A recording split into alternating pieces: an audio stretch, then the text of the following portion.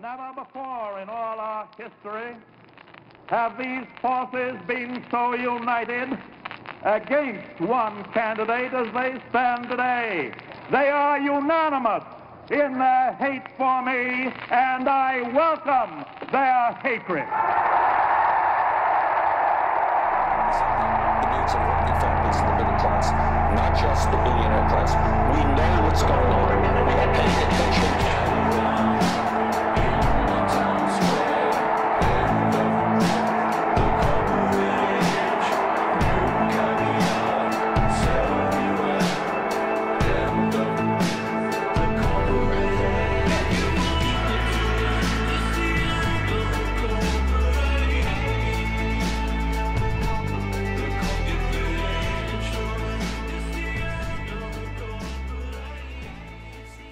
Good morning, everybody. Is it really? I always ask that question when I hear that song and I'm thinking about it. Is it really the end of the corporate age? It's definitely going to be either the end of the corporate age or the end of humanity. One of the two, right? I'm hoping it's the corporate age. Good morning. Got a lot of people here. I love the card too. Marcus found that article and I saw it in Facebook, and then is kind of funny. And here, to give credit where credit's due. This is from the site Unsubscribed, and they did a very nice parody article on AOC. It's witnesses described an almost unimaginable site as bodies after radiation exposed to giant Alexandria. Of course, I covered up the fucking text. Anyway, it goes on to say that a lot of politicians got scattered, and it was fun, and it's a really cool article, and that she breathed fire and screamed socialism and taxes, and yeah. So that's the cover. This is basically what MSM thinks of AOC right now and how they're treating her. Don't you agree, Marcus? Absolutely. I can imagine that some conservatives and right-wingers are sleeping at night and getting nightmares, dreaming of her, being some kind of alien, and yeah, completely horrible. And, anyway, we love her, and that's what counts. We do. Marcus loves her a lot. Good morning, everybody. We've got Laura and Amos here. And morning. We got Scorpion shirt that goes really well with my dude sweater. Notice that? I'm matching today. Thank you. And hey, everybody. 26 of you, 28. Wow. Hi, everybody. 30. It's going up. We had a lot of people last Saturday. It's going up. It's good. Welcome back to the politics.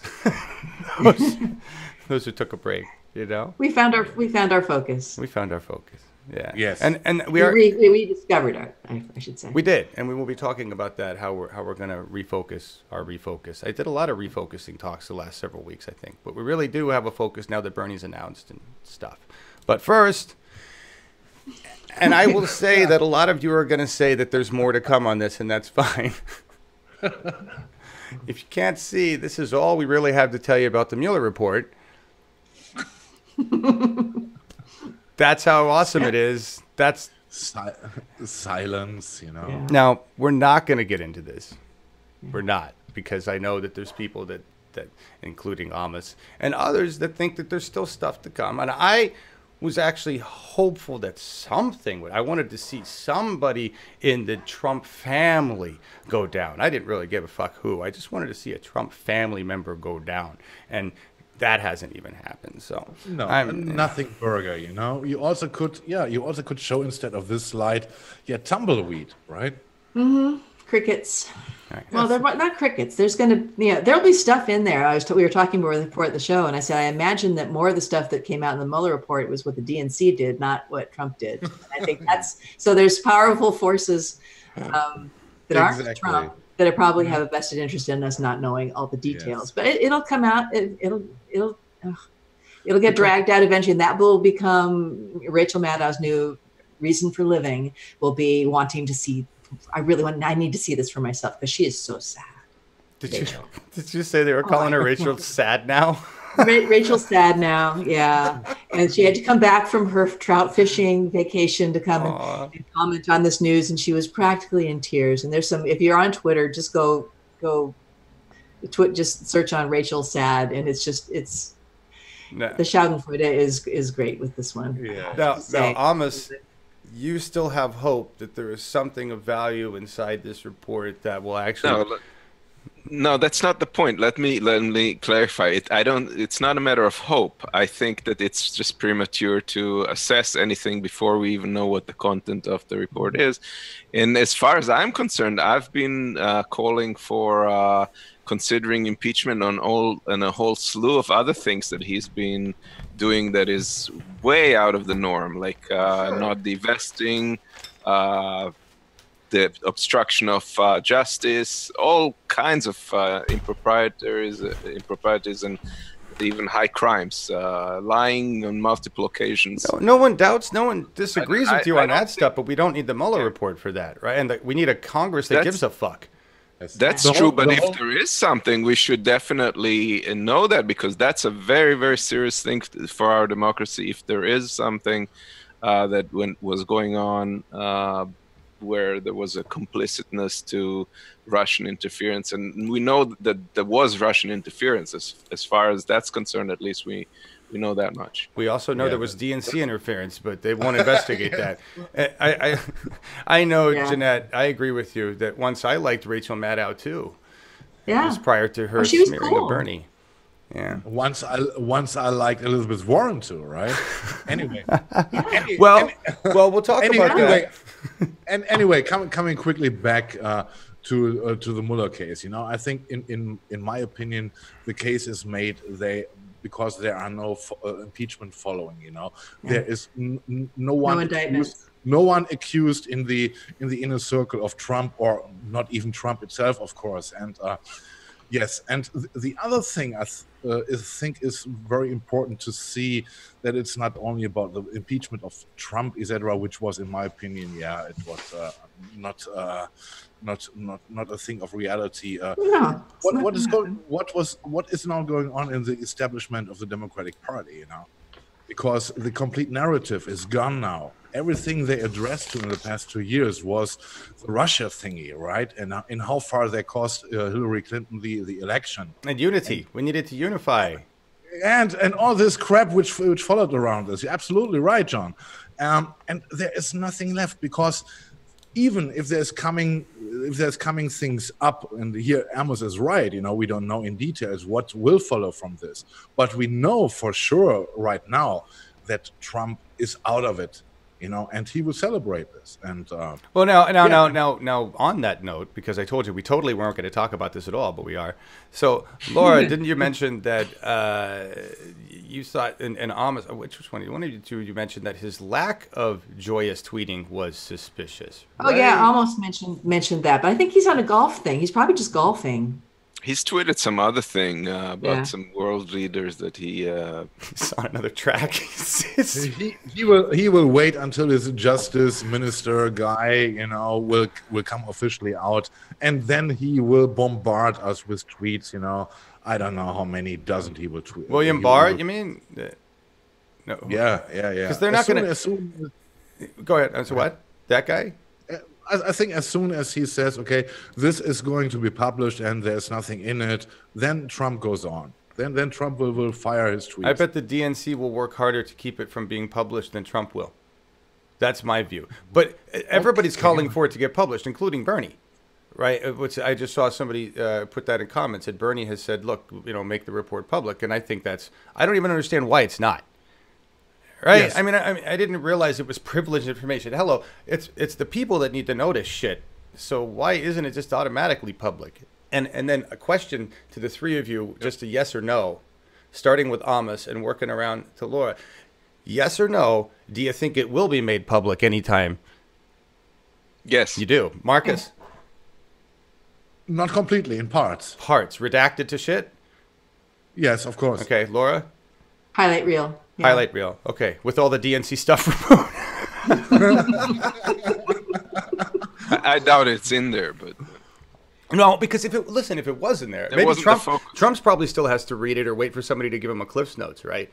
Make it so put it in crayon. But if it does include a lot of DNC stuff, then we will see him actively push for it to be public, right? Yeah. So it's going to be interesting to see if anybody pushes for it to be public, because it probably has shit on everybody. Oh yeah. Oh yeah.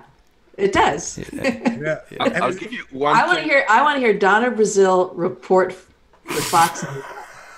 I think that Nothing tells you where Donna stood to know that. solid gold. Oh, Solid gold. She's gonna have a platform. She has a platform now to that deserves a full Picard. That's just a, I know. you know. This don't. Oh yeah, I'd pay to see that. I think it is remarkable that we are now talking more time about the Russia thing than we did in the past years, right? Well, Hey, it was, it was just came out yesterday. It's timely. People are talking about it. We've got our opinion. No. It's clear, but if I remember right, we only mentioned it, from time to time as a side note because we all expected there would nothing coming out.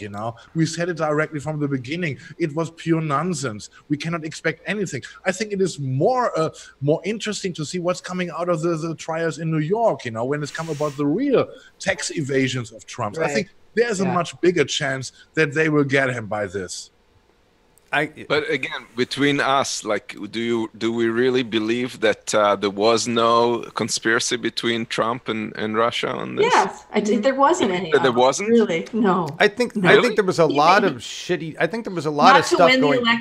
Not to win the election. I think if nothing else, the people around him that were funding him were smart enough to keep that from happening. I think all the other stuff related to his businesses and all that shit absolutely went down. But that Russian narrative was launched by Hillary and Podesta and Brock within 24 hours of her losing it, and that has been the narrative that has been fed to her own media for eons now. I'm sorry, I see this differentially. I see that there were made attempts from Russia to do all this crap, but the question is in how far it really influenced the majority of people. No more than any country or any hacker or anybody tried to get in on the game. I'm pretty sure that Trump knew about that the Russians were trying to help him in certain ways and bullshit. This is, in my opinion, this is obvious. It's Trump. Yeah. The Russians were the only who were willing to give him money after the American banks said, no, stop it right now. And of course, there's a connection. Of course, they were trying to help him to get things done. But I think it had no real influence. It was bullshit. Right. Well, hold on a second, but you know that he won on a very slim margin in a couple of battle states, and that was because of the electoral college. It was also in states that she chose not to visit. Yeah. I mean, there's some strategic reasons she sucked too, right? Other than the fact that she sucked and nobody really wanted her. Right, but it's hard to say that it didn't have the deciding effect because the vote was very. Russia didn't have the deciding effect. Sorry, Amos. In the end, it doesn't speak for Trump. It does just speak against Hillary. How bad she was. Even a pair of rubber boots would have beat Trump. She did not. Period. Yeah. Right. I'm sorry to be a little bit. No, the baggage was too heavy. The plane couldn't take off. I mean, that's basically what was going on with Hillary Clinton. It didn't all fit neatly under the seat. There was and Trump train didn't give a fuck. They were loaded with fossil fuels. So was Hillary. All right, now we have now talked about the Russia collusion investigation bullshit more than we have ever talked about it on this channel ever. Yes, ever. And we're going to stop right now because while it's an interesting discussion and we all have valid opinions. All right. It really doesn't fucking matter because that was 2016 and this is 2020 and Hillary ain't running and Russia, whatever, because climate crisis. All right. And Bernie. So we're going to here's a refocus on and hi, everybody joining us in the chat. There's a lot of people. I just want to say hi. 52. Yeah. Woo. Hi, everybody. And I see your comments. And yes, just go with that. Isn't it nice how well the Scorpion shirt goes with my dude sweater? It really pulls the room together. See, I just wanted to, I will say. You know how to ruin my Saturday nights, John. I know this already. I did not think the Germans really disliked scorpions, but I did find out they truly do dislike the scorpions, and they truly do like David Hasselhoff. It's both of those things are true, but they like David Hasselhoff like they would like I don't know, like the weird circus thing. It's more like a, aw, how cute than anything else. It's become a thing, right? So I think it's more an irony that he gets his concert sold out quickly in Germany. I do too. I do too. Yeah. All right, so moving on from more important things than the fact that I color matched before the show. No more whatever news. Bernie 2020 is here. We've got progressive candidates to talk about. We've got progressive, issue to talk about because I want to focus on the climate crisis. But Amos and I were going to go into this big thing about AIPAC and stuff. And while he and I will probably have these conversations in green room, they will never see the light of day because I just don't want to produce them and I don't care about having that discussion. It's just not, it's whatever. I don't want to focus on foreign policy because we need to focus on the United States of America. This is about the 2020 elections, and this is about the climate crisis, which is the only issue affecting humanity that really fucking matters. All right? So we're going to talk about candidates, climate. We've got some new shows coming up that are going to be supportive of this. Larry Taylor and Carrie Capon have decided to do, I believe, a weekly series called Parliamentary Talk, and it's going to... I know, it sounds gripping. I can't wait to. I'm gonna make the music for this, just for fun. I'm gonna make music for this because it's it'll also be gripping discussion of Robert's Rules of Order. Actually, it's going to be kind of cool, and the Robert's Rules stuff that Larry has already done with Carrie, getting tons of views. So in terms of what this channel offers for the revolution, I want to offer information that can actually be beneficial to other parties, groups that are trying to work, change laws, rules, and the bylaws of the Democratic Party, the bylaws of the Republican Party are the way you can change the party. All right, they are the way. So knowing parliamentary rules, they're also knowing parliamentary procedure is also the way you can stop Roberta's rules from happening. You can stop people from slamming a gavel, deciding things and walking off the stage, because that ain't democracy. All right.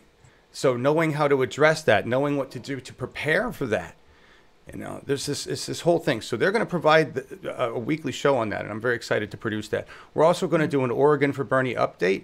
Larry Taylor is kind of taken on the challenge of spearheading and gathering everybody together in the Oregon for Bernie groups. And what's nice is this time it seems like all of the groups are willing to work with each other and talk together. And that's not what we saw in 2016.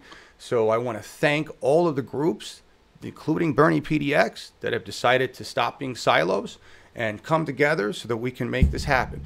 Bernie slammed it in Oregon last time, but we want to make sure he double slams it this time. All right, we had 35 out of 36 counties. He had 56% of the vote. Unfortunately, that is not reflected in our Senate or House, but we're working on that too. But no more DPO. All right, no more DPO. I will not get into a story about the DPO, although I have a slide for it. But the DPO just... No more fucking DPO. It's just, I know I've said like some good things and some bad things, and good. I keep getting these hopes up, but nope. Latest news,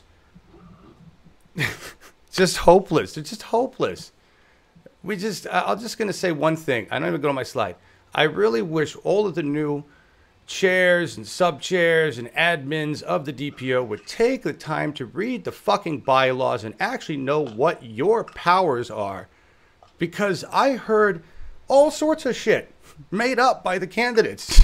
Like, that's not what you do. That's nope. And I hear that that's basically how it's been. The same shit show happening again. So, Bernie 2020, progressive candidates. I have no hope for the DPO at this point. None whatsoever. That's just my personal view. Sorry. I just got to say that. So we're going to work on supporting Bernie in Oregon. Yes. Yeah, I like that. Yeah, supporting Bernie in Oregon and supporting truly progressive candidates in Oregon that are going to run against incumbents. Okay. Yeah. I don't down ballot. Bernie and down. Yeah, we'll look at hi kid. We got the cat in here who wants me to let him out, and we've got Milo. Remember, this is the garage, everybody. Yes. And we're going to talk about that with rallies in reality. This is the last part. This is the sad story. We have the solo. And I've been trying to use the Solo for this, that, and the other, and we really haven't been that successful because of recent technological changes. Those changes being we're no longer on the LiveView cell network. All right. When we were a promotional partner, we had their cell sticks until I lost most of them at Standing Rock.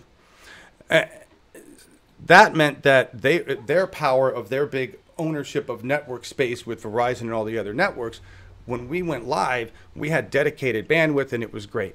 When we were kicked off that network, which is fine, they gave us the Solo, said we're done with you as a promotional partner. You're no longer going to get the free sticks and the free data. You got to get your own sticks. So we went to Verizon, Larry and I, and we paid a bunch of money and we got new sticks. And we've tried to use them now a couple times and they suck. They suck because they're just for the average business idiot who needs to plug in a modem and get on Excel and do his daily bullshit. And we're not paying enough to Verizon for dedicated upstream when we need it. They'll show a full signal, but when you go to upstream, right? So it's rendered the Solo useless.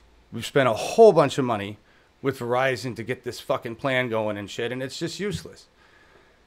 I talked to LiveView about their new units and what it would cost to get back on one of their plans. And the bottom line is, unless we buy the LU200, which is around $7,000, we're looking at probably $800 to $1,000 a month in the ability to really upstream well. So that's the state of our remote upstreaming capabilities. Just to say. But the upside is that it's not so hard to find streams anymore of Bernie. I was commenting on that last night. I'm sitting in my living room with my smart TV watching a big Bernie rally with multiple camera angles and beautiful sound, and it wasn't very high def. But I'm like, whoa, 4 years ago, I could not have done this. I would have been on my phone, on my computer, with somebody, with a volunteer, with an iPhone trying to keep it steady and from the back of the crowd. And so the quality of the streams that we get is much higher. So we aren't quite as dependent on that. Exactly. Well, Bernie has his own team now that's broadcasting everything. Yeah, the advanced team or whoever they are is just knocking it out of the park. They're doing awesome. They've got the lower thirds running, they've got the split screen going. It's just a beautiful production. So I really don't feel like I was more thinking of the remote for us. Like there's an event happening, the Bernie event going on the 30th that I was thinking we could cover, but we can't because the Solo just isn't going to work anymore. So, and I don't think we could sure get footage though. We could have people, bring people who are there in on a Zoom on their phone. That actually works really well. And just do little reports from it. I'm just writing to Pat Cody right now, saying for the San Francisco rally tomorrow, if he can find David Hildebrand, the two of them call in on one of their phones and just give us a sense of what's going on there. So maybe it becomes much more with cell phone technology being better. We become much more of a citizen reporting group rather than a fully fledged media outlet, which we don't have the people in the bandwidth really to do consistently. So we become a hybrid. Agreed. Well, we're more localized. We do what we can do with the technology we have. And that's all based on your internet connection, right? Yeah, right. I have a kitty in my lap, by the way, everybody. I'm going to be a Dr. Evil and I pet my cat and think about taking over the world. My dude sweater. Kitty. Which one's that? Ratings boost. Say hi to Nemo. Yes. Hi, Nemo. There we go. So, all right. Moving on from that. Organizing for Bernie information.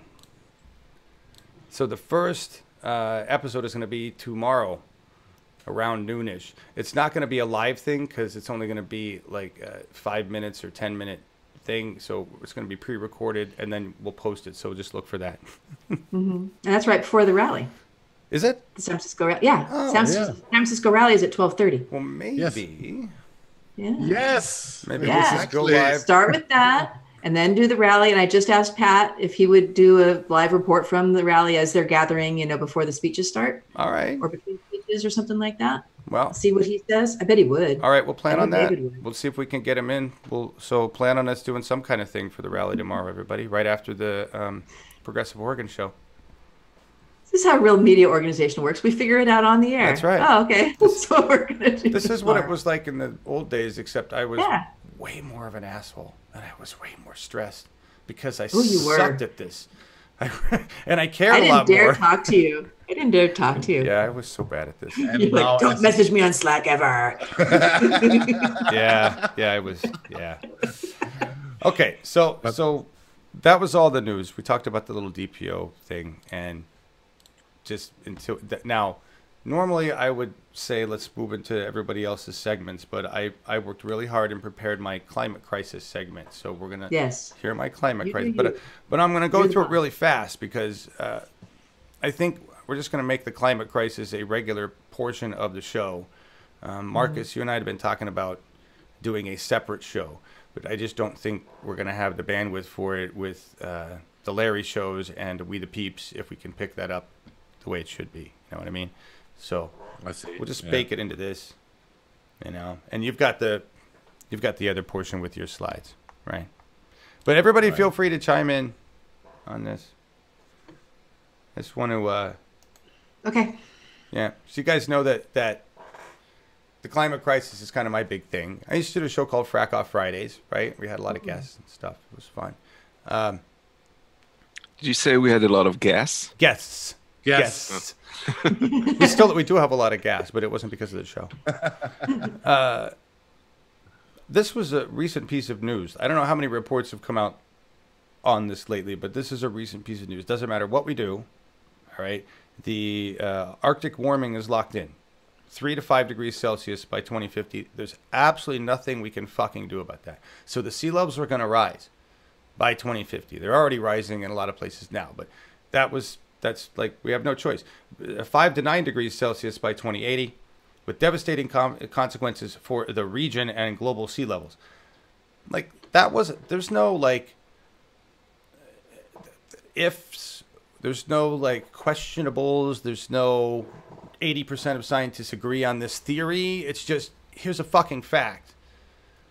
I don't understand how our leaders are not doing anything more than, talking platitudes mostly.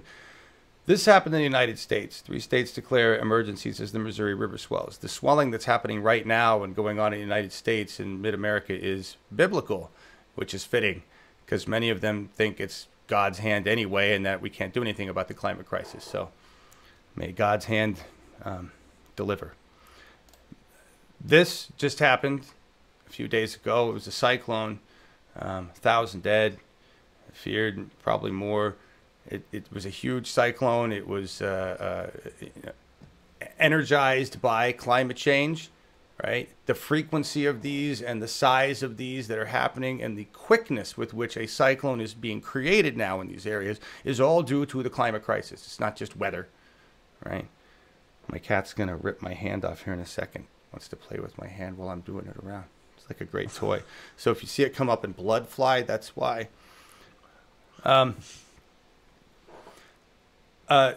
This company just released, Influence Map, just released a very in-depth report on how much money the top oil firms are spending to block climate change policies and promote climate branding, which is what makes them look awesome. Like the fact that ExxonMobil likes to tout that it spends $1 billion on development of renewable energy, but it also spends $24 billion on fossil fuels.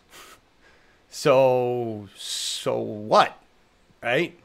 $1 billion sounds great until you look at how much other money is being spent by Exxon, on destroying the fucking planet, right? This report has some pretty scary statistics in here.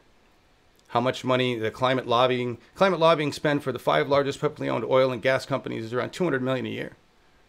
Right? BP, that had the Deepwater Horizon disaster. Remember that? Right?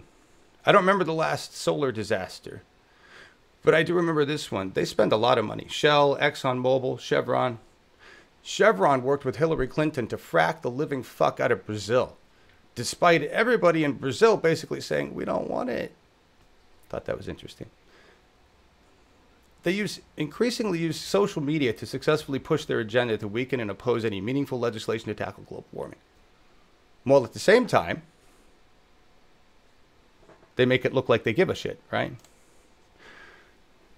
Major oil companies' lobbying expenditure is supported by extensive climate-focused branding. This is where they try to make it look like they actually give a fuck, right?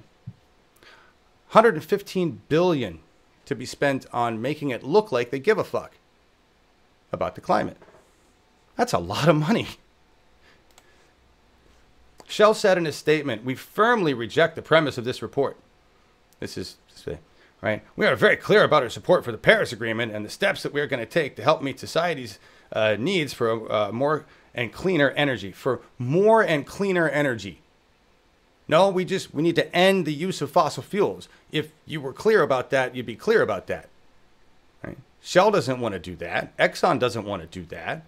BP doesn't want to do that. The Republicans don't want to do that, and a good majority of our Democrats don't want to do that. Right? But let's move on to the bigger piece. This article came out in February.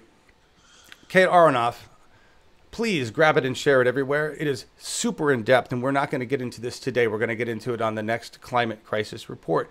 She goes way in-depth on the precedent for jailing the top executives with regard to the climate crisis, the 71 companies that are responsible for the vast majority of it, ExxonMobil being probably the number one, and for executing the CEOs, okay? Because we did it before with the CEO of the company that created Zyklon B for Hitler and the Nazis.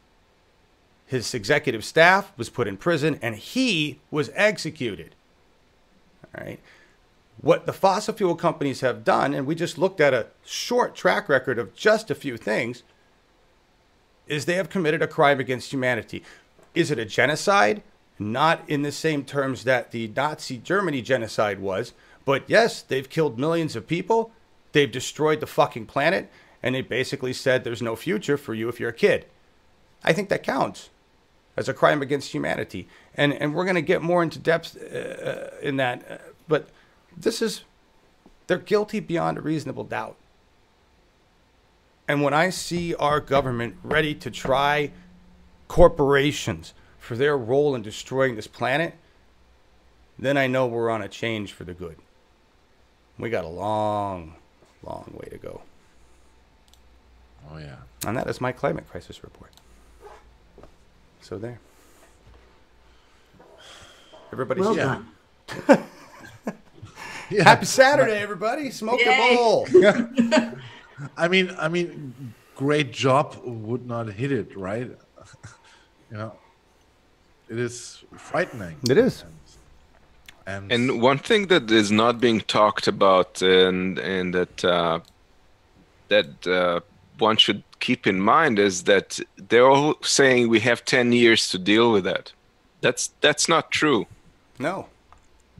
Because we are going to be facing all these greater and greater disasters on a yearly, monthly, weekly basis, and we're going to have to deal with those alongside with trying to curb emissions and deal with all the things that will be required in order to stop this from escalating. Exactly. So it's we don't have 10 years. It's just going to get worse and worse.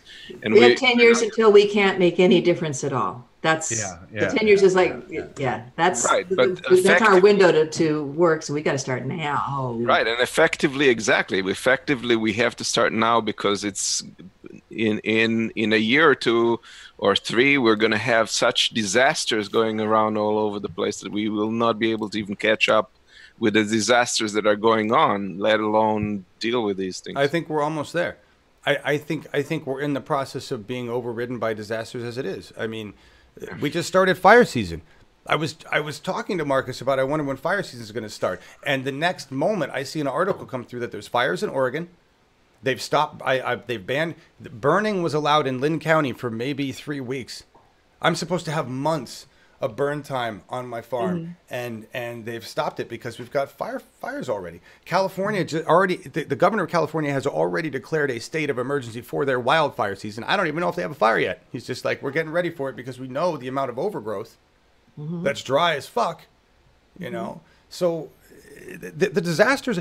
A cyclone and Nebraska, that kills... and Nebraska is underwater. Nebraska's fucked. From the snow, from the bombogenesis thing, and then it got warm again, and it all melted, and the entire state practically is underwater. 50% of farmers say they will not recover from this financially. So to say that we're not already in that crisis is denying what's... And I'm not saying you, Amos. I'm saying, like, we're already into the... We're there, folks. We've been there for a while. You know. It's frightening to watch, and we only know we've seen the tip of the iceberg. Yes, that's the that's what's even scarier. The iceberg is melting fast. Yes, and I want to come back quickly to what Amos said. You know, it is not what the scientists said. It is not that in 10 years there's a switched switched on to another level. You know, we will see what's going to happen. In the very near future. And imagine what happens if people start to have doubts in their governments, you know. If you cannot bring in harvests anymore because it is, you know, there is nothing anymore, what's going to happen? You know, it is so easily that the complete situation, what our so-called civilization concerns,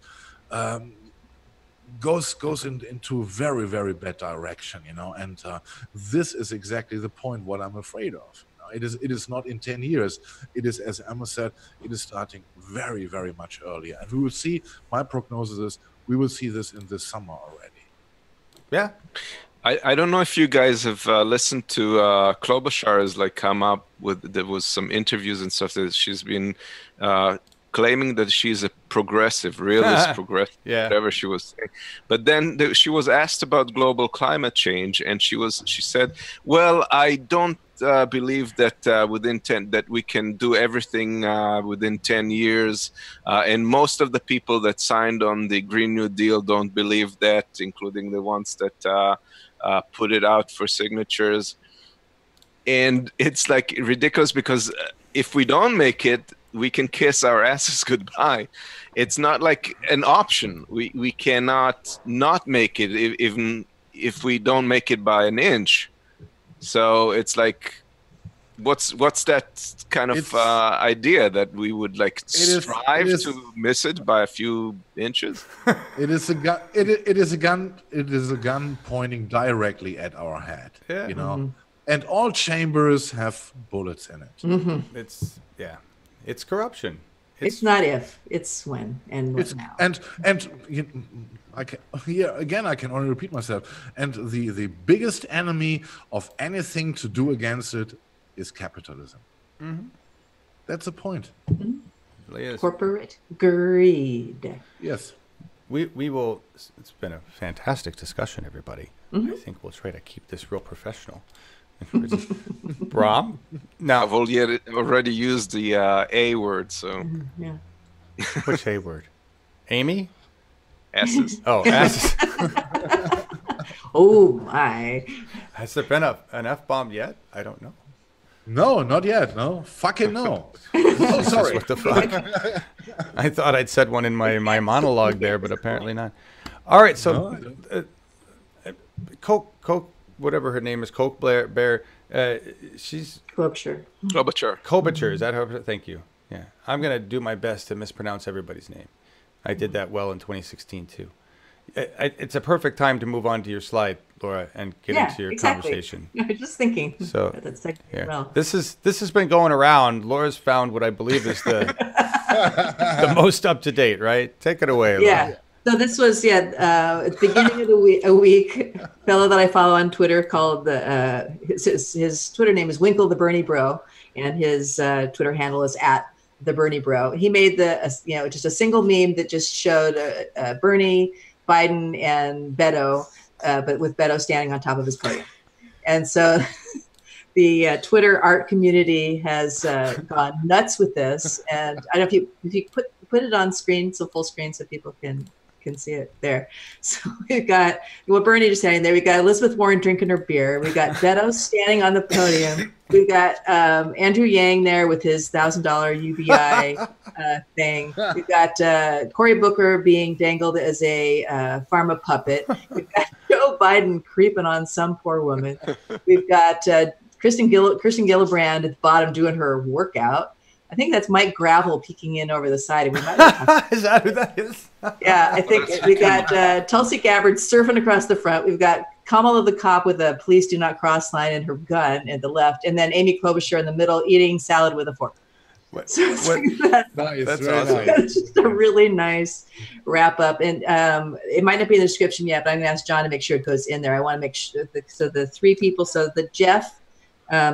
His Twitter handle is @spittingback. He's the one who added Joe Biden creeping somebody out, and that's what started the ball rolling. And then Will Stanton, who's @Will Stanton, he is the one who created this final version that we see here, and which I think is just quite a masterpiece. And I'm really looking forward to the debates. So I just thought this was just a nice little wrap up of where the race stands right now. It is. So. Which goes into my next slide, which we talked last week. Remember, we talked last week about the Daily Cause polls and how those are completely being dominated by Bernie. And he hadn't done an official one. A couple of the Daily Cause users had put out a couple polls. I think Bernie has killed it now in at least 5. But this is only like the third one that Cause himself, Markus, has done. And he posted this. So he posted this on Tuesday morning at 11 a.m. Eastern, and it was only open until 8 p.m. Eastern. So it was like with 6 hours. Okay. So he was trying to limit. So it ended at 5 o'clock on the West Coast. Cause he's thinking, cause nobody, in the West Coast gets on their computer till they get home. Right. So, so this poll, what was interesting is, and if you go, to go through the results. So Bernie came in at 38%. Kamala, Elizabeth and Kamala are about tied, and then Beto, and then Cory Booker. And everybody else is on there. I just cut, these are the top results here. So the next slide is what Markus posted at the beginning of the day. He talked about how the poll running only for 6 hours. And he said, currently the website vote, which is, he's saying, presumably the most informed and engaged activists, is the first to come in. And it skews heavily toward Kamala Harris and Elizabeth Warren. And then when our email list is asked to engage, both Joe Biden and Bernie Sanders get a boost. Then the word goes out to the Bernie sphere. And at that point, it's all Bernie. Are quite fascinating, actually. And I wish I had the tools and time to dig into them more. So that's what he said when the poll went live. Interesting. So he's already saying, for some reason, when Bernie supporters find out about this, they destroy the polls. Crazy. They call it freeping, which is the stacking of an online poll or opinion by viewers. But isn't that just his supporters showing up? And the week before, he had forgot to disable. That's an unofficial straw poll. That's it's a straw poll, exactly. So at the end of the day, it says there's no way for me to shut off voting on the poll below, so people can keep tallying votes that they want, but they won't be counted for purposes of the official results. 52,000 votes, which of course, to this guy, he got 52,000 visits to his website. So of course, there's no way he's going to stop doing this. He said, if you're worried about Bernie supporters spamming the poll, there's not much to worry about. The results barely budged from after the first hour of voting, which meant that when I first logged on after it'd been on about an hour, Bernie was at 35% and Kamala and Elizabeth were both like at 12 or 13. He ended at 38%. It never changed. The ratio never changed all day long, even going up to 52,000 votes, wow. Which I thought was fascinating. So is Daily Cause still kind of a shit show? Yeah, it is. But you know what? After all of the repression of Bernie's numbers for so long, it's just nice to have these receipts, just to say, and to have him say, and nobody was cheating. Agreed. So I love these polls when they run during the day. I refresh them like every 10 minutes, and it's like the the Bernie primaries before they started getting scooped. Yeah, it's fun. I got to point out something in this picture that's just frightening. That the Joe creeping on the girl. I mean, that's not photoshopped. He really like the Kamala, they photoshopped her head on a cop body. Tulsi's really surfing there, right? Yeah. But Joe's really doing whatever he's doing there to that person. That's Yeah. That's just creepy ass. I know, it is. He's going to do so well, Mr. Gaff Machine, isn't he? Has he even announced? Oh God, no. He's and you know why?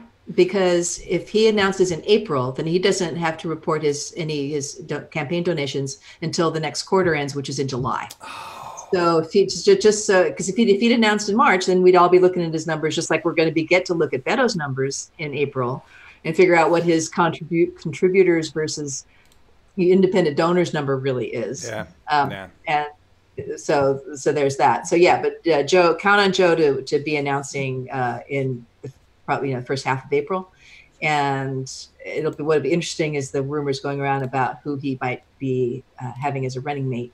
Like Stacey Abrams has been who's not a liberal or not a progressive. Sorry, it's not a progressive. Yeah, close, but she lost, and there's a question about a black woman of color, but if I were she, I sure wouldn't do it because it would taint her for life. Well, so if there's enough money, it'll happen.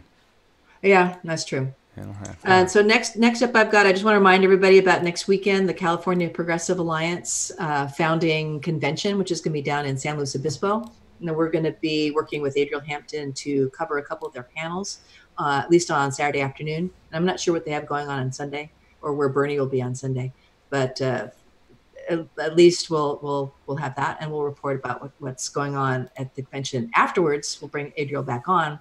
And in case you missed last week, the convention, they're going to be setting their priorities for the year, electing their slate of officers. Hopefully, Gail McLaughlin will be the chair. And then just presentations on individuals and organizations who are coming together to support a progressive 2020 election all over the state.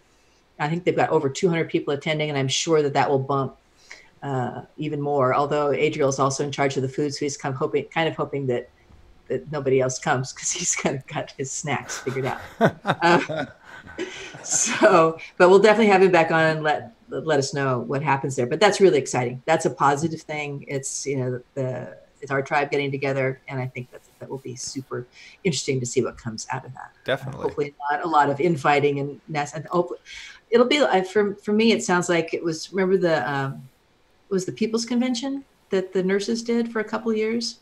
And I've got a message into Roseanne tomorrow to see if that's ever going to happen again. Those were amazing. Yeah, they were. Well, she's not even with them. She's not, but I figured she'd know. I mean, because I know she's retired from the nurses union, but I think if anybody would know if it's going to happen. I'd love to interview her if she ever gave a shit. Oh, I know. I don't know what she's doing with her time. Anyway, yeah. If she responds to me, then that'll be my next thing. Great. Because if she has a day, it'd be awesome because she's right in the middle of everything. It'd be good ratings. And then my last thing is that We the People returns. We have booked our first interview with Seema Hernandez on April 2nd. That's a Tuesday, I believe. And we'll be really interested to talk to her. Right now, I'm a little concerned for Seema. She is caught right in the middle of that big oil fire. Right. Yes. In Deerfield, Texas.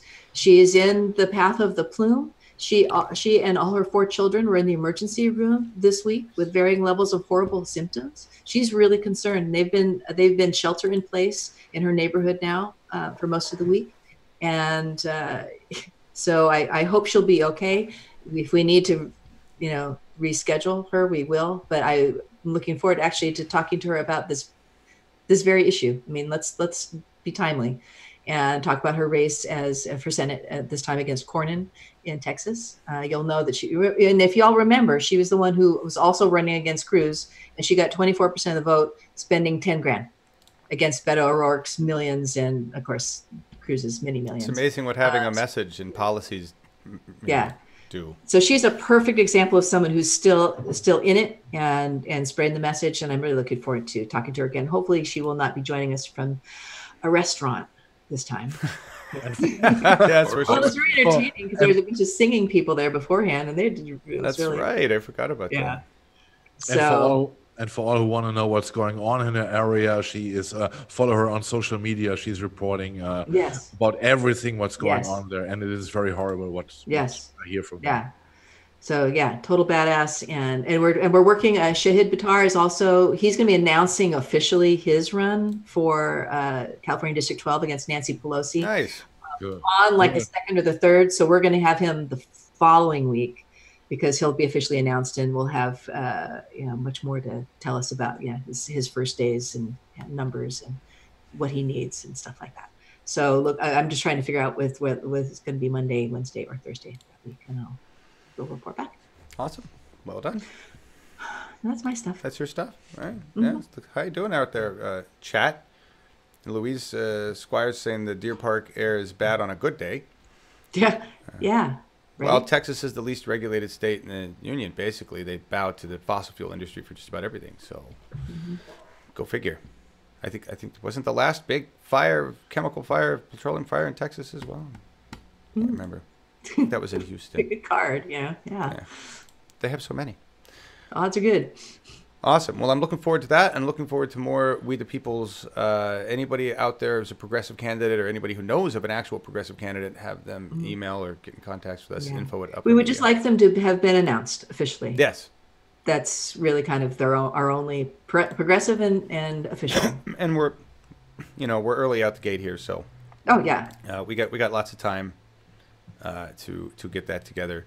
It's better if we wait till the candidate has their social media presence up and all that stuff, so that we can really help them with that. So, and Laura will be the person doing all the coordinating.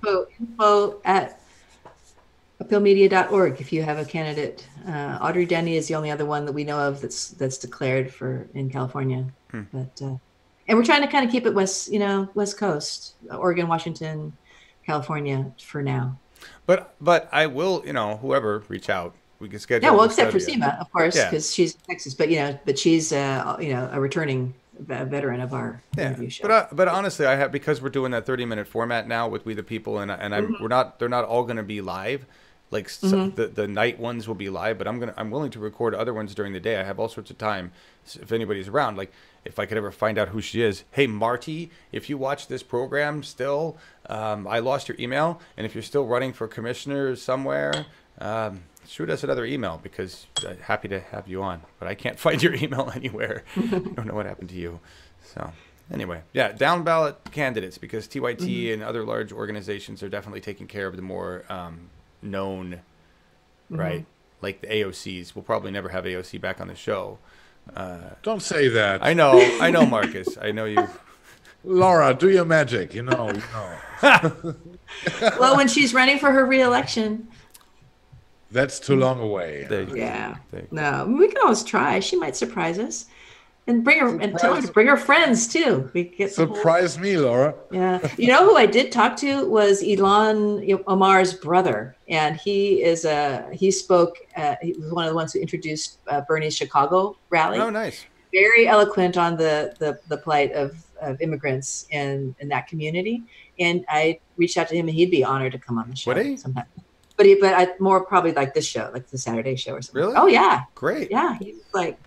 Totally. So interesting folks. And there's another woman that I've met on Twitter who is doing a series of collages of Bernie women to kind of negate the Bernie bro thing. So it's a Women for Bernie series. And she's done like 5 of them, these enormous, beautiful collages that'll be at the Bernie HQ of all the women. And I had a picture of me with my Bernie sign from the San Francisco rally that I went to in 2016. And it was really cool. So there's, people, and she's going to be writing articles about Women for Bernie. And so I'm kind of looking for interesting folks like that who are out there, part of the grassroots, doing interesting things. Great. Sounds good. So I'm back. Laura's back. Yeah, Laura's back. Yeah. Yes. She's got her burn on. We're all getting the burn on. Amos is back on the burn. Without Bernie, I was missing my pilot light. So now I found it. Yeah. And we missed our Laura. Excellent. We did. All right. Well done. Are we on to Marcus's stuff? Yes. All right. Already? Okay. Yeah, it's you, man. Okay, it's not a big story. It's the usual capitalism stuff. We are, everything which can do a lot of harm to us is possible. And here we have got the big 4, which, if you can show them, thank you. I'm working on it, man. I got a lot of things to change. Yeah, I know. You got to get into it again. The story is about the big 4, agencies, corporations who are advisors to governments, and also the big industries and in how far they are influencing policies, and most importantly, in how far they make it possible that people evade their taxes. And as you can see, there are the big ones are Ernst & Young, PwC, KPMG, and Deloitte. I don't know. Deloitte in your case. These four companies cover the complete 99 companies here of the Nasdaq 100. This means they have an incredible power, an insider knowledge, which makes it possible that they could use this to their favor, which already happened. All in all, they had to find so far a ridiculous sum, about 1 billion for lawsuits in Europe so far. They are described, as a British professor, Prem Sikar describes them, this mafia doesn't shoot people, but its activities are just as deadly. He wrote in a journal article several years ago. They deprived millions of jobs, education, savings, pensions, security, food, healthcare, clean water, and social infrastructure. These four companies give the super rich and other big corporations the opportunity to make their money, their profits, sicker down into locations which is nearly impossible to follow again. So in the end, this means they have to pay nearly zero taxes anymore. Those companies, in my opinion, are one of the roots which we have to eliminate from our systems. These are the perversions of the capitalistic system, in my opinion, and we got to get rid of this. It is not. I think we cannot take it any longer. We cannot make it possible that those corporations can act as they did in the past, and we cannot tolerate this anymore. We gotta get rid of them, and I hope that this would be addressed as soon as real progressives come into office. And as I said, it is a horrible story that only four companies have influence on all of this. It is comparable maybe with what's going on in the media. There are also a handful only who tell what is reported about, and it shows that we are not living in a democracy but in an oligarchy, and it's only about the money, and we have to stop this. Absolutely. Yeah, thanks for that. I didn't even know that those people existed, honestly. Yes. Me neither. And it was reported by the Süddeutsche Zeitung, which is a magazine here in Germany, in the south of Germany. Well, so they're the ones that hide the money, or help them hide the money, basically. It's about tax evasion, yeah. Tax evasion, right. Which is something that our governments, all governments, right? Even the German, doesn't the German, we've talked about this before, doesn't the German government have different laws around that, or do those laws not affect what's going on here? Well, every country tries to do its best, to get the most money out of it. And if it's no secret that for some American states, Germany is a tax haven as well. They can put their money over here and get the most out of it. It is a capitalistic game they're playing, and the capitalistic game is exactly what is killing us, literally killing us, because we cannot do anything against the climate crisis, against what is threatening us so in so many horrible ways, without getting rid of the capitalistic system. This is my opinion, and by showing those companies, those big four, I think it shows the perversion of the complete system, right? It does. That's pretty sad. It is. That needs to be a global effort, though. It's not just the United States, right? They are global players. They cover 99% also in Germany of the big companies. It is Bayer, the Monsanto chemical corporation. It is Deutsche Bank, or BMW. It is Mercedes. They also got their fingers in the German markets, Right. And with this insider knowledge, they can make the policy for themselves, and this makes them so big that they have so much power that they also can influence governments. in their favor. Well, and some governments make it very easy. Don't tell me. Very, very easy. Yeah, well, that's depressing. Thanks, Marcus. Appreciate knowing these 4 companies. And it's not like we can touch them. There's nothing we can do to them. You can't even protest them. They probably don't even have, like, they're so big, right? Right, yeah. It's ridiculous. It's ridiculous. All right, well, thank you for reporting on that. Now we have Amos. We have a whole bunch of stuff this morning. We'll try to get through by 11:30. So it's reporting here. So I'll try to be short. Oh no! I just we got wanted to open it up. We got 4 minutes of Warren to listen to, right? So.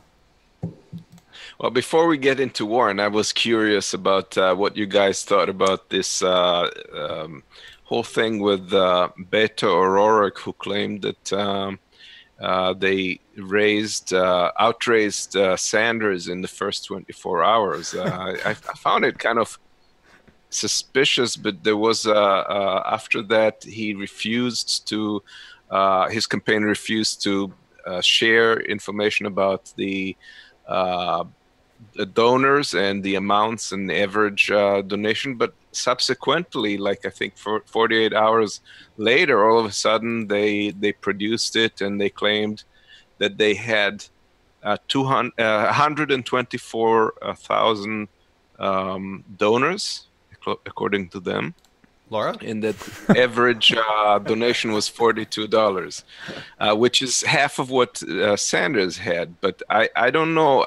Is there any third party that examines those details, that information? Oh, you're muted, Laura. Sorry, I'm muted. The FEC will release its report. So here's the deal with Beto's Stone. He came out and said it was 124, or I thought it was 128,000 something individual contributions. And of course, everybody went, contributions? How about individual donors? Because that's really the number that makes the difference. And so he was challenged on this several times during his rallies this week. And one guy, a reporter in particular, asked him, he said, well, I don't know that number, but I bet my campaign does. We'll get back to you, at one of the later stops that day. And the guy followed him stop to stop and said, got it yet? So finally they said, the number that last one I saw was this, he said, yes, we had 112 unique donors. So that's a little different than 128,000 and brings the average up to over $50 per donation. But what we know is that, and the way they worded it when they first said that, we now have $6.1 million in the bank. But and if it all came through Act Blue, they would have the numbers right there. It's tallied for them in real time as it comes in. So all they need to do is read off the screen to tell us the bits. So it didn't all come through Act Blue, or if it did, it was like one donor doing at the max in multiple segments, so that it would look like there's lots of individual contributions.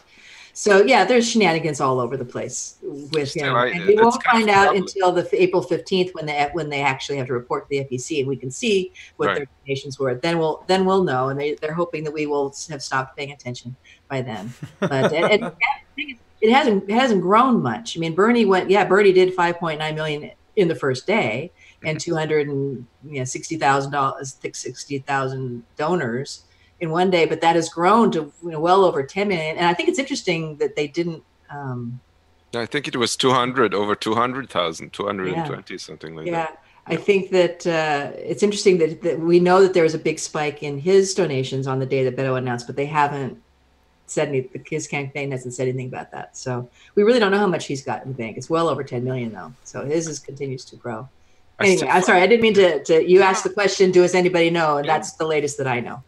I still find it troubling, though, that he has that much traction, even. But what worries me also is something called bundling that I learned about it, and that's that's where his money came from. Yeah, you can get a bunch of people together and then bundle their donations together.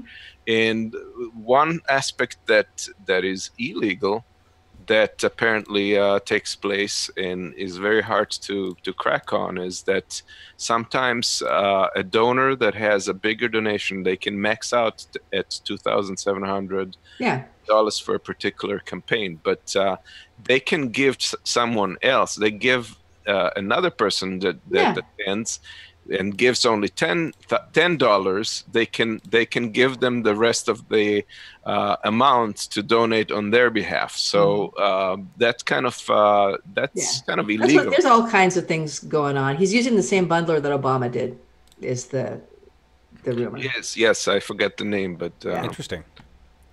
Anyway, so yeah, there's shading. Because he's the corporate anointed one. They couldn't, of course, his first day numbers probably weren't great, so they had the whole weekend to say, okay, who's going to chip in to keep Beto from looking like an idiot? And they've got it all figured out by Monday. And that was just all kinds of shady that it hasn't been transparent, and just adds to the fact that he's just kind of a lightweight.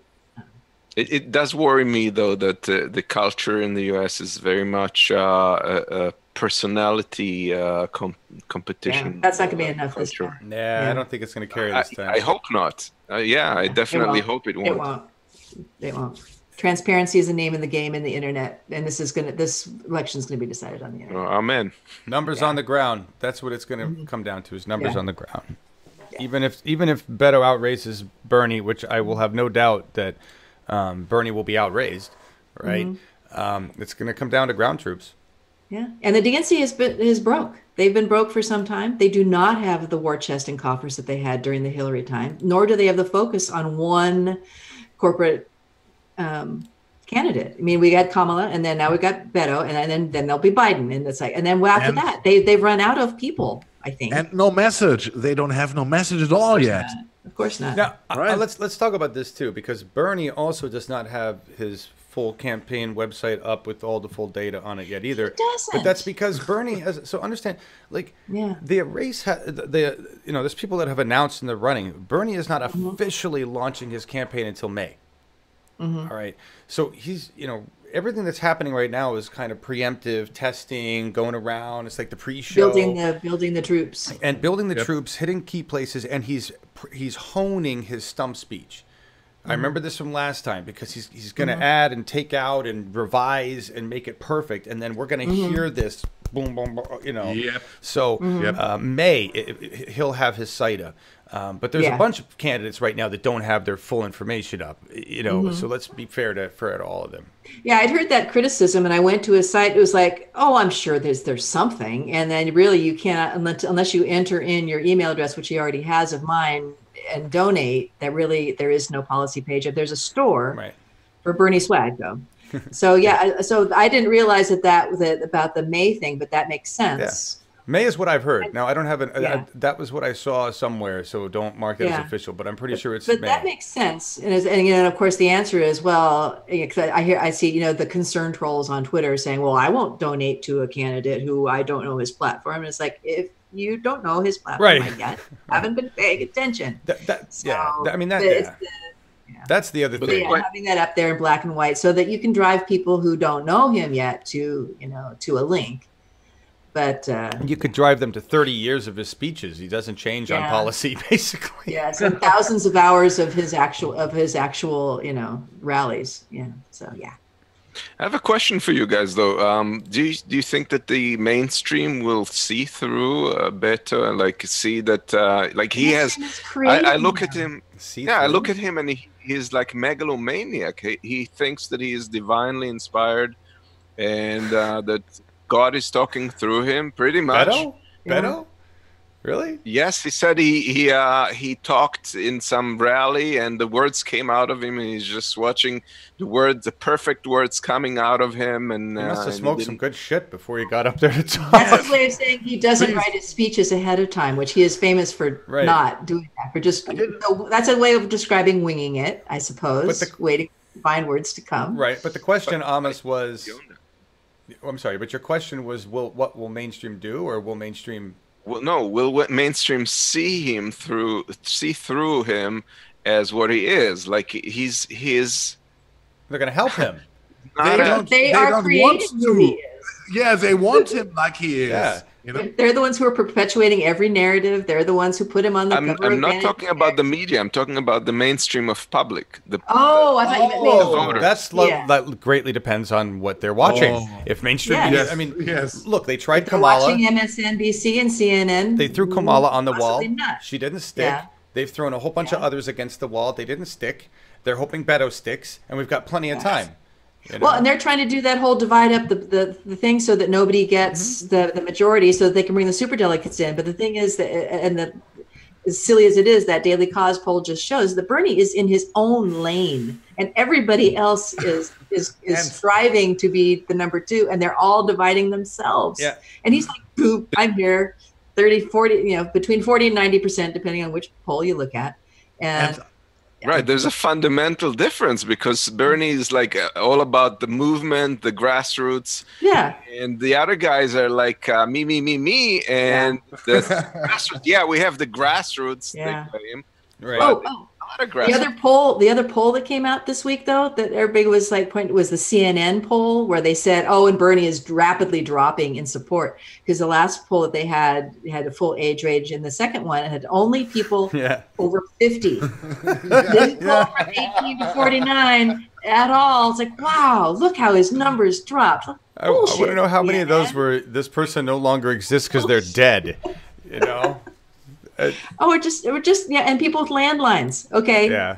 Granted, they said they did call some cell phones, but still, cell phones for people over 50 and landlines. It's like that is not your demographic, and of course it's going to skew, and that is not reporting. It's fucking CNN. Yeah. I'm pretty sure the moment Beto O'Rourke won't stick anymore. No. There comes Joe Biden in the game. Yeah. And then that'll be spectacular. And then everyone will expect that he is the guy. You know. Joe's going to be so fun because he's going to say such stupid shit, and it's going to be awesome. Debates. Can you imagine the debates? Bernie and Joe and Kamala. I think I like Joe, you know, because shoulder massages became very popular in Germany since Gee, your hair smells terrific. That wasn't no. I'm sorry. The best ever was W was the one who was given the shoulder massage to Merkel. And if you want to see what this is what I'm referring to, what restraint looks like, because that woman was like, oh my God. And you could see she wanted to turn around and just like, he's touching me. Yeah, it was gross. It was, yeah. Go ahead, Amos. Yeah, and Laura, you mentioned super delegates, and there's like super delegates is a huge concern, and that's if we're running in this divided multi candidates race, then we will end with people in various factions that may act in different ways. Yeah, but if Bernie's over 30%, that's not a moot point. What they're hoping is to get him under 30% so that the superdelegates have to come in. So right now, our sole purpose is to just get his numbers so high that they cannot be cheated over. You know, there's only so much, and they don't have. Again, they don't have the war chest this time. They can't be out rigging every election for the right county. They don't have boots on the ground or money to pay them. No, and they don't have the focus. It's a scatter tactic. Yeah. So yeah, it's. They can all battle it down there, and Bernie will just keep going on about policy. So I see a path. I just hope Bernie just stays safe. That's my biggest. Here, I hope that Tulsi is going to be able to be in the race, stick in the race long enough. I want her to stay in long enough, and then I want him to announce her as his running mate, because the people say Nina Turner, and I go, no, she's not running for office. You bring in Tulsi, you combine the forces behind them. Sure. And I think that makes a great ticket, and she makes a great vice president. You know, you don't want to put Nina Turner in the vice president is kind of a restrictive role. I'd rather have her as a cabinet position and out there as a for social stuff. Yeah, I want to see Nina. She's perfect for this. And have Tulsi there for diplomacy and foreign policy. Well, shouldn't she be a Secretary of State if that's the case? She could, but she could also be a vice president and help Bernie get elected by pulling their people that are for both of them together. She needs help. I donated to Tulsi. You should all donate to Tulsi, please. Oh yeah, and in fact, somebody was mentioning that. I think it was. Oh yeah, Amos, you were saying right before the show. Everybody, she needs 65,000 individual donors. I think last I heard she was at 45, and she's got till May. So if you even just $1, in order to get on the debate. Yeah. I mean, everybody else had big money, or Bernie had the big group. You know, so let's help Tulsi I don't think everybody's gotten it yet. No, I think it's donors or polling numbers, but nobody's got big polling numbers except all right. Andrew Yang, I know, does. And He's a whole different thing. I just Yeah. again, it's gone too Yeah. far at this point. Back up. Yeah. But- I just need to give Trev B5 credit for his hilarious comment that I posted, and then I didn't get a chance to break in because we're all so excited about all this shit. That hoop liquor sucks. Which is a reference to Hoopin' Liquor. I don't even know his fucking name now. Hickenlooper. Yeah, he's not polling very well, old Hickenlooper. Yeah, I mean, it's just. But to the it's just the raw. You know.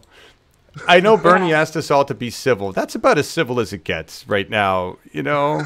Isn't he the one who talked about going to see Deep Throat with his mother during his town hall? What? I have no idea. Yeah, I think it was him. Hold on. All I know is isn't he the Colorado guy? I mean, look. Yeah. He's the guy, isn't he? Green Deal all the way. Like he's like all about the. No. It's one of those, either Hickenlooper or. I would be shocked as fuck if he's Colorado gas money. Yeah, he's all so Colorado's fucked. No, there was somebody who came into the race about the same time that was the mayor guy, Pete. Is that him? And thank you, Al Walski, for the $10. Thank you, Al. Thank you, Al. You're awesome. Pete, I like Pete. I don't think Pete has a chance in hell, but I like what Pete has to say. And you know, a lot of people do. You know, he's cool. John for Attorney General. I'd have a guillotine tie clasp. It's just, which would be kind of ironic because I'd be wearing a tie. I wouldn't wear a tie. I couldn't wear a tie. I'd wear the flower things like RBG does. I'd do that. Not RBG. Oh, RBG. If I were Attorney General, I guess I'd have to wear a suit, not a judge robe. Never mind. Fuck. See, I know nothing about the justice system other than it sucks. You don't want me Attorney General. I want to run the FCC. I want to run the FCC. I want to put some regulation back in our fucking news and our content. Oh, every broadcast has to have at least a couple of f-bombs. Yes. Yes. F-bombs for the people. Yeah, it was Hickenlooper. He said he took his mom to see Deep Throat in the 70s, and how quaint. Okay. Well, all right. What? Are we talking about the movie or what are I talking about? Yeah, because no, really? Yeah. Just search Hickenlooper Deep Throat. I'm guessing in Germany that's fine. Because you folks over there are like, whatever. Yeah, my mother took me to see it when I was 5. And I'm sorry, not even in Germany. It is necessarily that you go with your mom. Less repression over there. Girl, either way, it's a mouthful. That's it. Very well. Cynical girl, you want me to run the FCC? Me too. It'll never happen. We're not even considered a media network on the net, so it's just. I know we didn't even make the top 50 list of independent stations that didn't talk about Russia. I didn't even know there was. We fucked it up today. Well, they weren't paying attention then. They really won't now. Right. Besides, we mocked it properly. We did. But the butt hurt flows from me today. Yeah. It does. But we're just too old. I think we're too old. Are we? We have you guys. Yeah. Thank you all, though. Yeah. 64 if you're watching now. We've got 164 playbacks, 62 watching now. Thank you all for being here. I really appreciate that. And if you have a moment, and you can, donate.uphillmedia.org or in the super chat.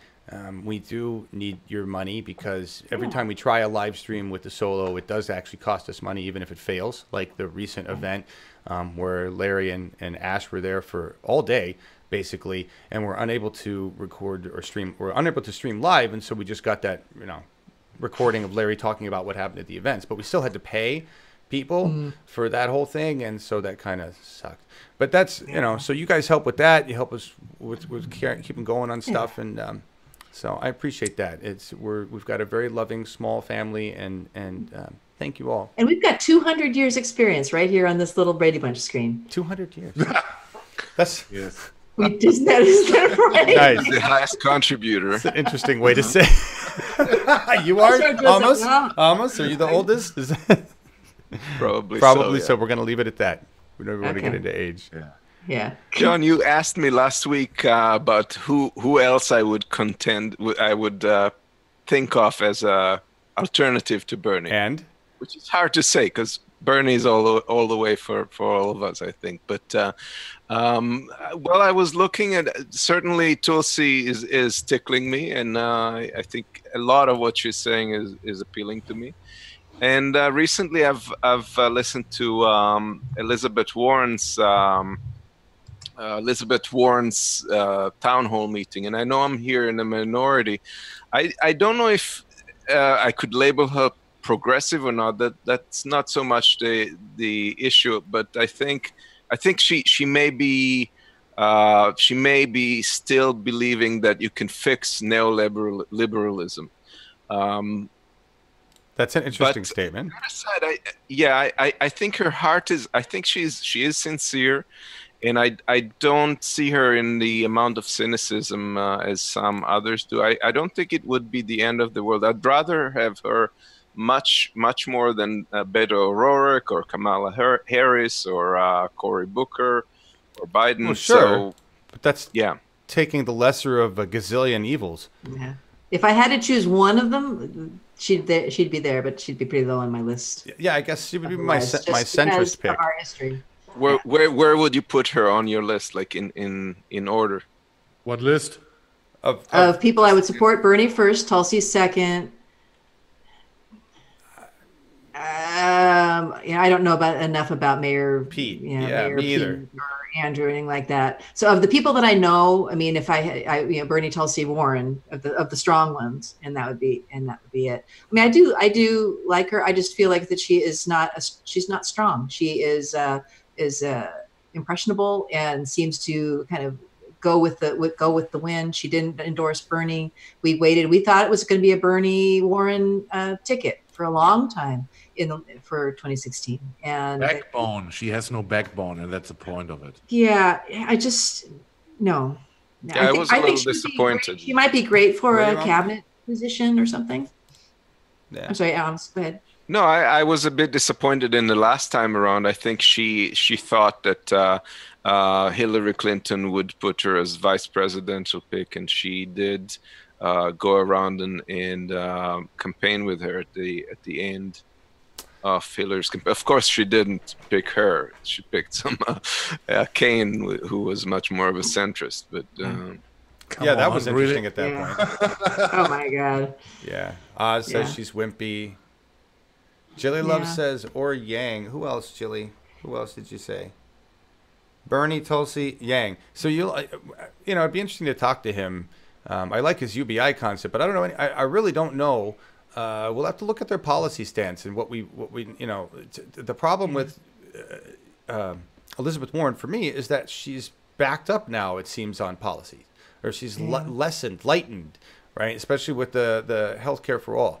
There's just no option there, right? Yeah. Yang has ideas, but he's not held office or had any record of or votes or anything that we can really look at. He's got interesting ideas. He's got a kind of an interesting mixed bag of followers, the Yang Gang, and some of them are a little scary. I think he's born of the internet side of the coin in terms of supporters. I'm probably Reddit, 4chan maybe. The whole pink hat thing is starting to sound a little bit. I don't know. His status on immigration is a little sketchy. His big issue is circumcision, which I thought that's kind of interesting. That's his big issue? One of them. It's one of the ones that he's really been debating people about. I mean, big relative. Well, his name comes up in searches for new capitalism. Which is what? Yeah, 'cause is that his theory of nice government, nice business? Well, the whole UBI thing, just new capitalist, but it's still a capitalist. It'd be interesting to talk to him. He's just emerged, in my awareness in the last 2-3 weeks. So I've just seen some kind of harsh rhetoric from his supporters that I'm not quite sure about. So I need to do more research. All right. Well, I know, Amos, that you had this Elizabeth Warren clip, but I think we're going to save it for next time. And maybe what we'll do is an expose on the top 5 people we think and some clips. What I'd rather do is do an edit this week and put together their latest quotes on their actual policy positions, where they stand at this point. Because I think if we do that for the top 5, we could find 5 candidates that we'd all agree with. In a year from now, it will be really interesting to see where they all stand again. You know, I think Nice idea. let's make a marker. Also, because I want to get out of here at 11:30. I do have a clip there, though, of Tulsi talking about the difference. She was asked about the difference between her and Bernie Sanders, and I thought it was interesting. I know, but that's is that the clip. clip on the Nico House clip? No, That was what I loaded when I looked at that, and I was like, nah, that was just an update on her. That's Yeah, there was a inside. I mean, there's just a clip of her talking. yeah, but it's in that clip, right? Yes. Yeah. Yeah. All right. Well, all right. I'll go grab the original footage. I'm not gonna run it off Nico's stuff, but we'll do that for next time. Tulsi's obviously a number 2 pick for most of us. So let's just work together, and we'll put together a top 5 candidates as it stands now, and that'll be fun to see how many are left in a year or even 6 months, right? Yeah. So we'll do that. Is that where you're at, Amos? Are you Bernie, Tulsi, Elizabeth Warren at this point? Because Probably. I would be there too. Pretty much. I don't know if anybody else is a true progressive besides Bernie and Tulsi at this point. You know, Laura, you, Yeah, Bernie Tulsi. and then And unknown for a third. I think Bernie Tulsi and then a Bernie Tulsi ticket. That's kind of where my focus. You know. And the German perspective. No. Yeah. It's clearly Bernie Tulsi, right? If Nina Turner is not available or for technical reasons, it's for me it's Bernie Tulsi, and I want to see definitely Nina in a. I want Nina in his cabinet. For social affairs, definitely. Yeah. He belongs there. Yeah. She's a spokesperson. Yes.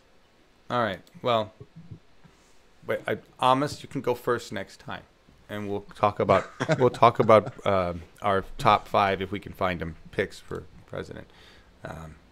Yeah, that'll be fun. Thank you, everybody. It's been a nice Saturday conversation. Yes. It really has. Appreciate y'all being here. All for being here. 60 people. Whoa. I know. I don't know where the hell these 60 people come from. Who are all you people? Who are you? Say hello if you haven't said hello in chat and you're a new person here. Just say hi. But we are not going out without having a quick look at AOC, right? Oh, I totally forgot about the AOC slide. Very quickly, I don't want to get into details. Very quickly, but AOC. Oh, the cover. Actually, real quick, I got to put the slides back together. Hang on.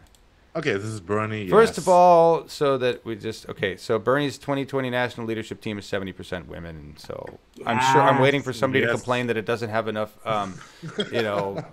non-binary gender people in it, but whatever. And look how they are dressed, right? Yeah. Oh, I didn't even see that. How are they dressed? What? Yeah. Fuck, what? She wore white shoes after Labor Day. Damn it, she's canceled. What? It's bad. Yeah. AOC. Okay, so AOC made the cover of Time. Go ahead, Marcus. Yes. And she destroyed Laura Ingraham and all the other idiots at Fox News, for pronouncing her name wrongly and criticizing her for pronouncing her name correctly, which is completely absurd. And she hit back. She hit back very hard, and as we know it, and we all love her for this. Yes, we do, and we all hate Fox for what they do. Of course, we do. Oh, this was the other slide for that. She also made a comment about how happy she was. I saw this in a tweet that Time worked to get her skin tone correct, which is true.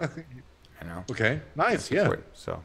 And her lipstick is on point. And it is. Oh, yeah. And the lipstick. And her brows are on fleek. She looks awesome. There. Did you know when she announced where she bought her lipstick or what a trademark it is? It is completely sold out. It is completely sold out. Yeah. Wow. She's a marketing sensation. She just needs to. So, Laura, did you also buy an AOC lipstick? No, I'm not a lipstick girl.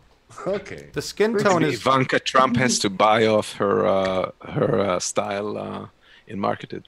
Well, it's interesting. I was talking to John before. Is the Democrats, the official at the Democrats tweeted her about it, like, we stand for a dynamic woman. And I'm like, whoa, and shared the Time cover, and it's like, oh, really? We thought you didn't want people like her on there. Right. Yeah, that was weird. So and they took, it was totally cringy. It's the Democrats' Twitter must be run by somebody different from the DCCC. Oh, the Twitter. DCCC, yeah, that's a completely dicks. That Democrats is the DNC probably. They let some Bernie person run the @Democrats. His unpaid intern, I bet you anything. Right. And stock post, don't worry, I won't know. Yeah. Oh, yeah. And did we mention? I know we talked about before just real quickly. We talked about it in chat. The DCCC ruling that they will not support contractors working for people who are trying to primary incumbents in the same party. It's like, yeah, that's not gonna. So we unless don't it's AOC, because they're also looking for a primary challenger to AOC and Ilhan, right?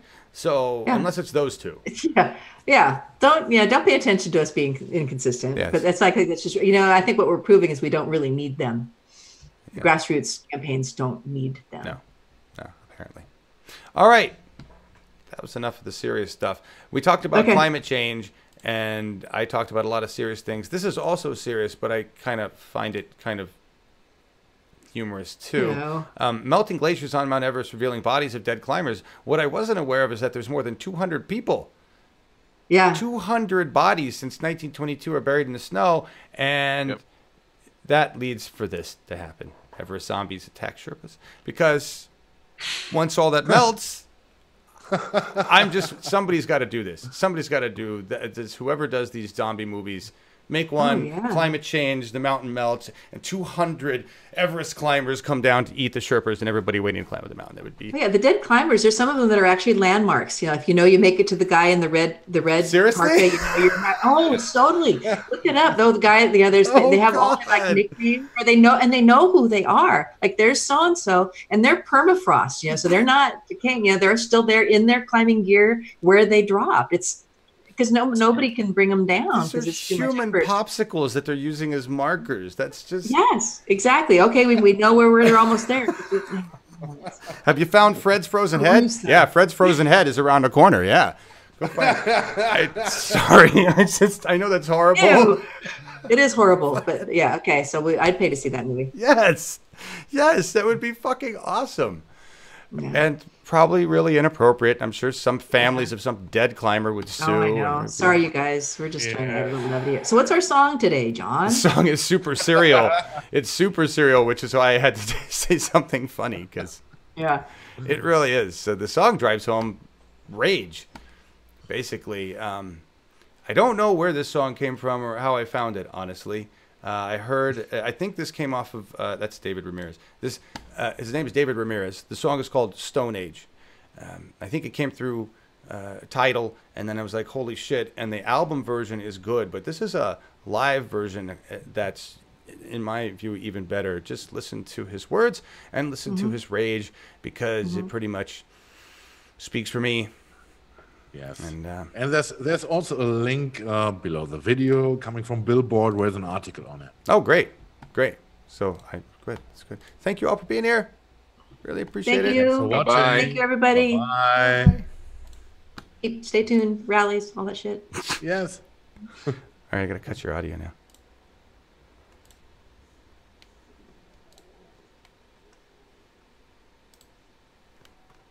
You're halfway there for me. The rest of you terrible people. We're gonna watch it score. Oh, we know the first line, David. But you don't.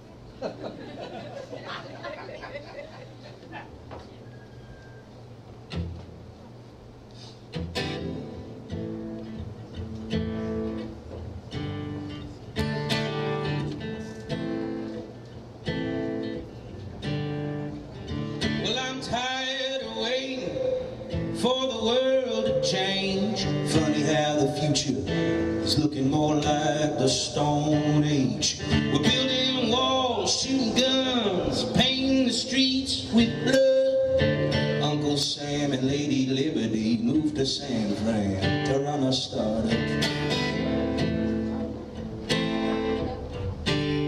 We'll give a man freedom and he'll sit in a cage. Give him oppression internet page. Our fathers were drinkers, cause we shipped them off to war. And I'm drunk on a Tuesday, cause I'm just so fucking bored. Where's the light? Where's the light that was promised me? We threw the baby out. We threw the baby out. We threw the baby out. With the bathwater.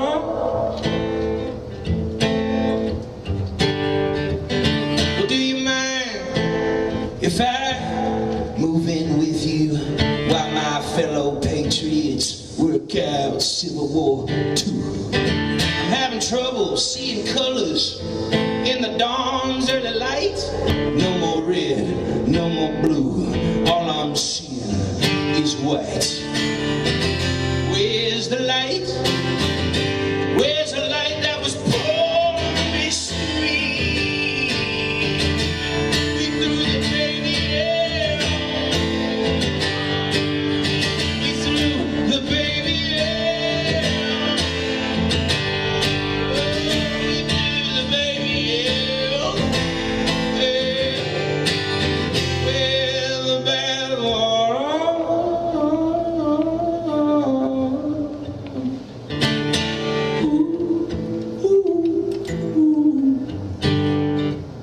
Well, give me your tired, your poor, your masses yearning to be free. The homeless, the tempest-tossed, send them all to me. All the wretched refuse of your team and shore, and I'll blow out their flame and show them the goddamn door. Where's the light? Where's the light? Where's the light?